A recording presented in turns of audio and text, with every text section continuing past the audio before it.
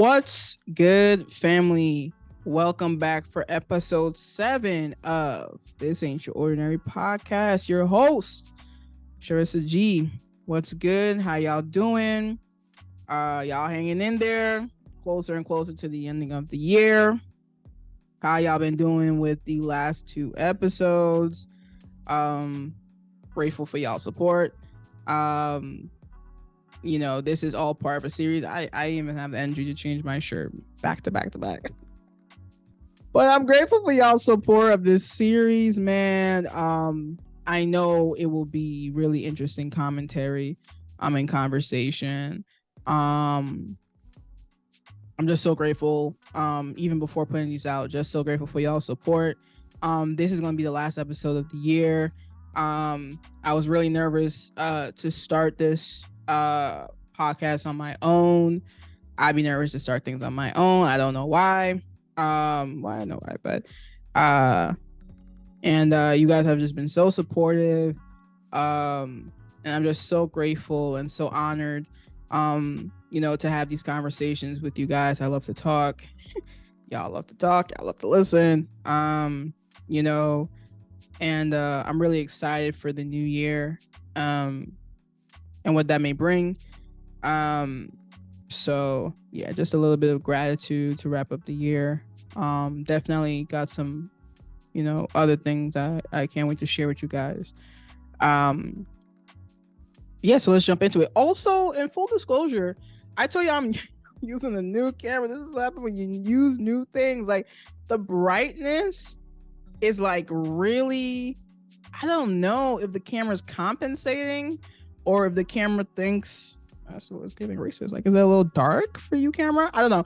But the camera's like light is adjusting to where it's so like there are white stars and like normally you should be able to see it, but the brightness is so bright. So you guys may have seen that in the last 2 episodes. You might see it now. I tried to adjust it. I don't have the time to do more than what you can see me. Okay, that's all you need. Okay, that's all you need. All right, so let's go right into it. This is the last episode for our little mini series. Question that I need answered. This is part 3. Once again, full context, full disclosure. These topics are based off of topics I did in my class. I will be using these episodes for a class assignment. So, yeah. All right, let's jump into it. The last 2 episodes have been really entertaining, I think. I was talking a lot, so. But really, they were short episodes, right? Like, so you guys should eat that up. Anyway, questions that need answers. Let's go. First question. Is decolonization real? Or is it a myth we chase after so desperately? God dang. Woo! My God, today. Is decolonization real or is it a myth we chase after so desperately? Ooh, huh.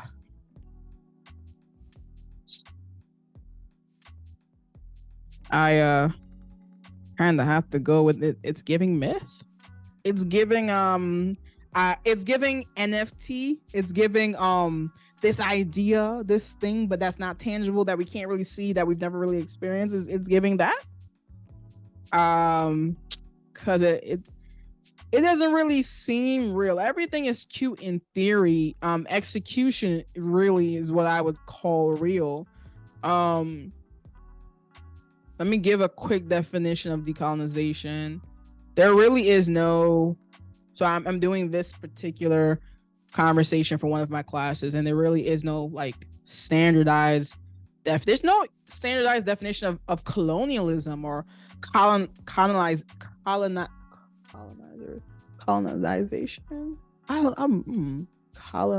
Colonialism, colonization, whatever the word I'm stumbling on it, but like there's no standard definitions for these words, which is so interesting.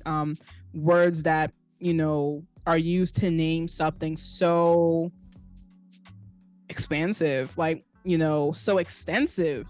It's so interesting that there isn't language that definitively states what it is. Very interesting. But the definition I found for decolonization is reclaiming power through sovereignty, self-determination, self-identification, and self-education. That is a definition I used for one of my papers. What does that even mean? Sure, it's this translation, man. Tearing down them strongholds in your mind, those systems in your mind that you don't know where that come from, or those behaviors that you don't know where that come from, or that adhering to something that was only put in place to control you. All the breaking of that, the reckoning of that, the realizations of that, the recognizing that this is of those who try to oppress people like me and oppress my people. The dismantling of that internally and externally, which would be within systems and such like that. So that's basically my definition, or my breakdown, my thought process when I think of decolonization. And another question we may ask is this a conversation we are having? Like decolonization, what does that even look like? Like I think the tricky thing here is when we talk about the Black movement and when we talk about anti-oppressive movements and things like that, and dismantling of systems, we don't really use certain language. So we don't really use decolonization. Like, we make fun like Black Panther colonizer, like we make fun of like we mimic things, but like decolonization is not really a conversation that we have often, again, with this specific language, like naming it.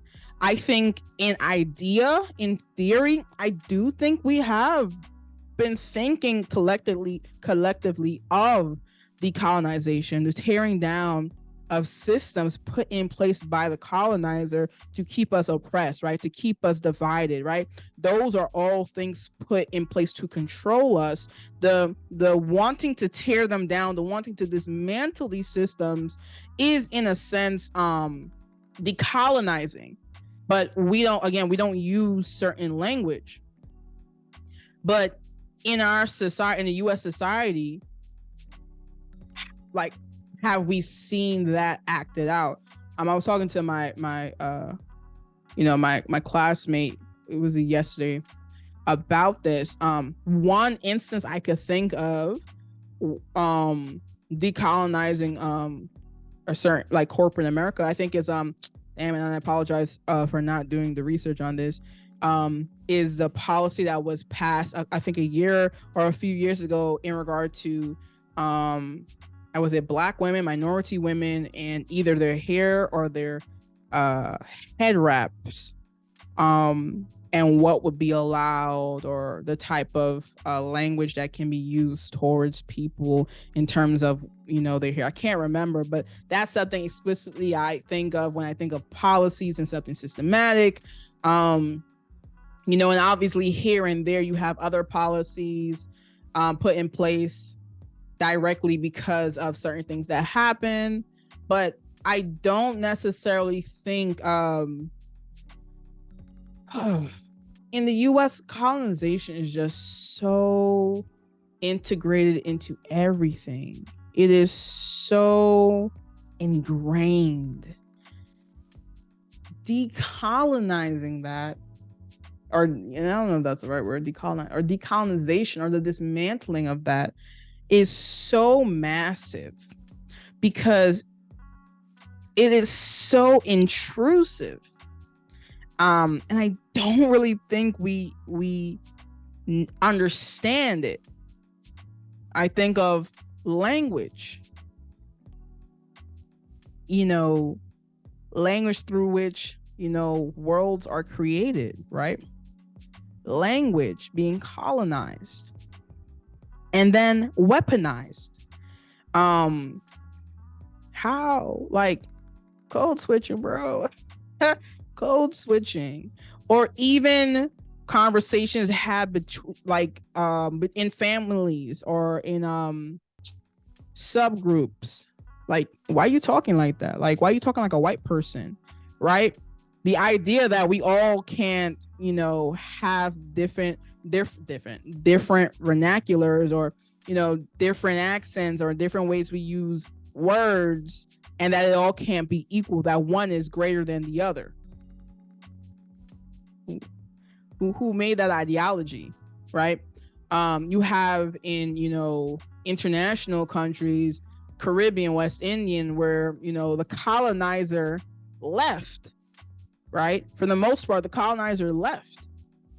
But the colonizer never left. So then you have cultures and traditions that are developed based off of those who were colonized, and they're perpetuating structures and systems that they experienced with the colonizer. And now it's like you went from being a part of that system where you were at the bottom, that caste system where you were at the bottom. Now the top dog has left. Now someone else has to take that spot. You can never seemingly go back to what you once were. You can never go back to the place of where we were all seemingly equal or treated in a fair manner. Someone has to be on top, and the person on top is closely associated with the colonizer, lighter skin tone, speaking the language of the oppressor, and that is something perpetuated. So now you no longer speak your native tongue.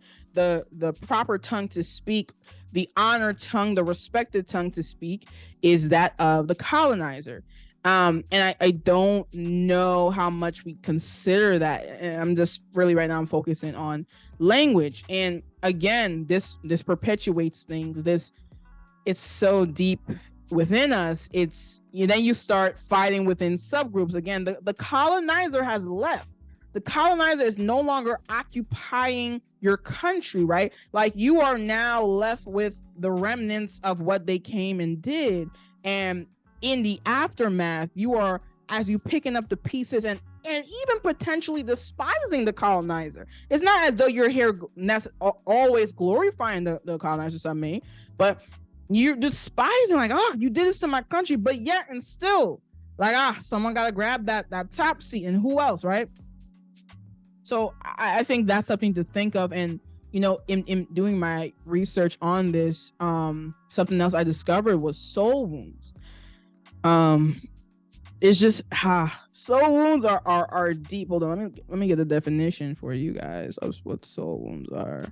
Soul wounds are the insidious effects resulting from historical traumas, right? Like, your soul is impacted by being colonized, whether you admit it or not. Your being is impacted. To be colonized, again, there's no standard definition, but like there's a level of your dignity being diminished, your identity being eradicated and replaced with that of the colonizer. So you're dealing with it was an infiltration to deepest levels, to your core. So that's why when the colonizer leaves physically, the colonizer never leaves. Right? So now you're combating that. Now you're combating that for generations.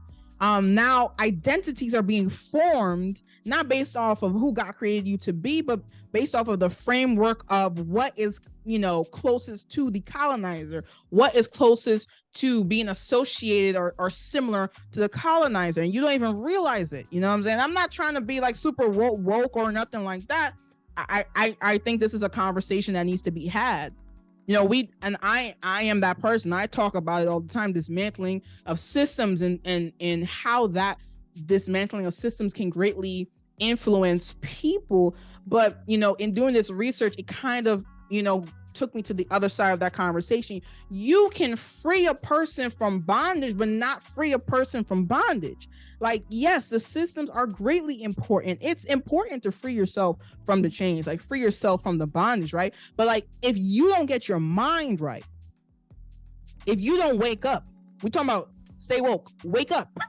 If you don't wake up as an individual person and recognize within yourself what has been forced upon you, why these structures are in place, the colonized curriculums, K-12, all that you experience, and not really being liberated through education till you're in college when it's borderline too late and you don't have the energy and you're in debt, and then you're still in this system. But you're adhering to the system. You're fighting the system, but adhering. Like, all these things are individual battles that have to be fought for the dismantled systems to even make an impact. And I don't really think we think about it that much. We're all for the fight and we're all for the policies, and I am that person.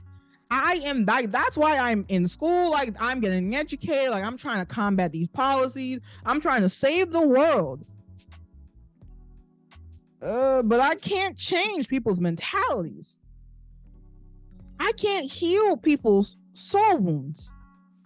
I can't, take away generations of trauma inflicted because of what our ancestors dealt with the colonizers. And that's hard. And that's a hard conversation. And another question I have is, what does decolonization look like? Has it helped or harmed our mental health? Again, decolonization, if applied by the individual, I think it would help you mentally to break free of, again, adhering to systems and things that you don't even know why you adhere to it. Some people be going to college just because. Some people be going to college just because their families want them to. Again, adhering to a system that I talked about in the previous episodes, not necessarily built for you. We strive so hard, speaking about myself, well, not really myself, but strive so hard to get into the Ivy Leagues, built by Black people, but not built for Black people, right? But they present themselves as the, creme de la creme, the best of the best, right? Playing into their system. And I'm not saying, like, again, don't want nice things for yourself or don't want to go to the best schools, but definitely check your motivations. Check the framework within which your motivations are, created. Where are they coming from?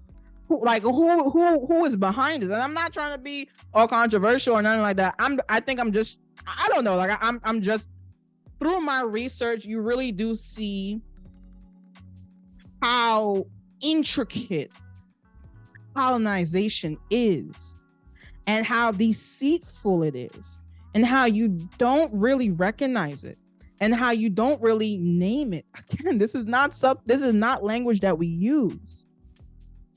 But maybe using this language, colonizer, colonize, decolonization, maybe it gives us a wake up call. Maybe it's the alarm.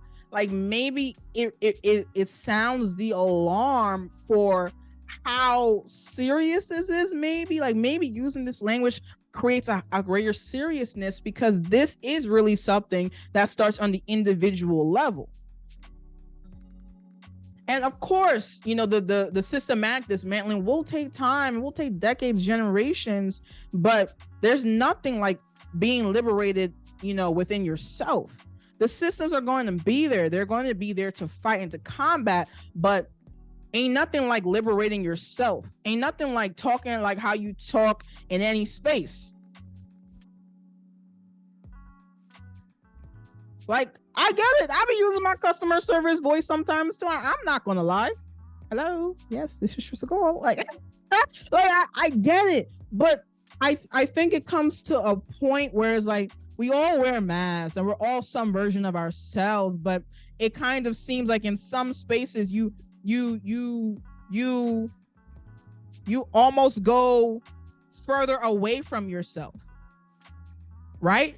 Like, yeah, sometimes I gotta be this version of myself with my family, and there's but in some spaces it's almost like all of you is eliminated and replaced with a palatable, a digestible version of yourself for white spaces. If we're gonna talk about it for white spaces. And I do think that's harmful. That's harmful. The ways of a double-minded man is unstable. To present yourself as multiple persons, one to cater to people and one who's really yourself, that's a dangerous game to play. But we all play it, right, to some extent, but some more than others, and some for a longer time than others. To be accepted by our society, to not be ostracized, to not be seen as other when you are other, right? And I get it. I get it. Again, whenever I talk to y'all, I'm talking to me. I get it. But in the conversation of decolonization, in the conversation of acknowledging the colonizer, acknowledging the soul wounds, and acknowledging the depths to which this thing goes, I do think questioning ourselves and questioning our identities and questioning the structures in which our identities are based, is so pivotal to the movement, to the movement we talked about episodes ago, to the movement. Like, it's one thing to be free of chains, but it almost means nothing if you're not free up here. Like, this is the most important thing. This is the most important thing. So I don't know. That's my take on it. That's my take on it, man. Like, free your mind, man. Free your mind. A dangerous world we're living in, where the colonizer and colonization is just, like I said, so intricate, so interweaved into everything. It has touched everything. And the dismantling starts within, from here. Looking at why, generational traumas and certain things come out the way they come out. How they affect you the way they affect you. Like, why your grandma keep insisting on you, speaking this way, going about it this way, acting this way. Like, what is that about, grandma? Like, for real. Traditions be getting us killed. Traditions be the killers of identities, bro. It be the traditions. Where them traditions came from. So that's my take. That's my spiel. That's my spiel. My headphone is kind of not working though, but it's fine. But yeah, that's the end of this little mini series. I'm so grateful for you guys watching, and I know you guys will be supporting, and I'm grateful and I'm humbled. I hope you guys enjoy the content. It's a lot of content back to back, but I hope it opens conversations and helps anybody, somebody, just even start having conversations with yourself, with your family. That's definitely the goal. The further conversations, healthy conversations with between ourselves, with each other. You know what I'm saying? So this has been fun, man. Merry Christmas. yeah, Merry Christmas. Happy New Year. Be safe, guys. Be smart. I will see you guys next year. A lot of good things in store for next year. A lot of good content coming. Yeah, I think that's pretty much it. All right, y'all. Peace.